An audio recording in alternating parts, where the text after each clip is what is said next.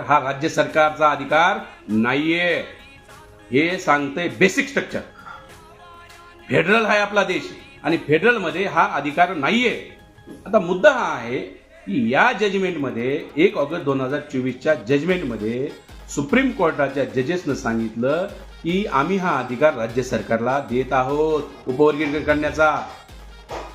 उपवर्गीकरणाचा अधिकार राज्य सरकारला देत आहोत. पण आमचं हे म्हणणं आहे की भारताचं जे 1973चं जे जजमेंट आहे ते 13 जजेसचं होतं आणि त्या 13 जजेसनं सांगितलं होतं की इंडियाचं हे फेडरल स्ट्रक्चर आहे, हा बेसिक स्ट्रक्चरमध्ये येतं. बेसिक स्ट्रक्चर आहे ज्याच्यावरती कुणालाही अतिक्रमण करता येणार नाही. या 7 जजेसनं याच्यावर अतिक्रमण केलंय. आपलं जे बेसिक स्ट्रक्चर आहे देशाचं, या बेसिक स्ट्रक्चरचा निर्णय 13 जजेसनं दिला होता. तुम्ही 7 जजेस कसं काय रे ते ओव्हररूल करायला लागलात?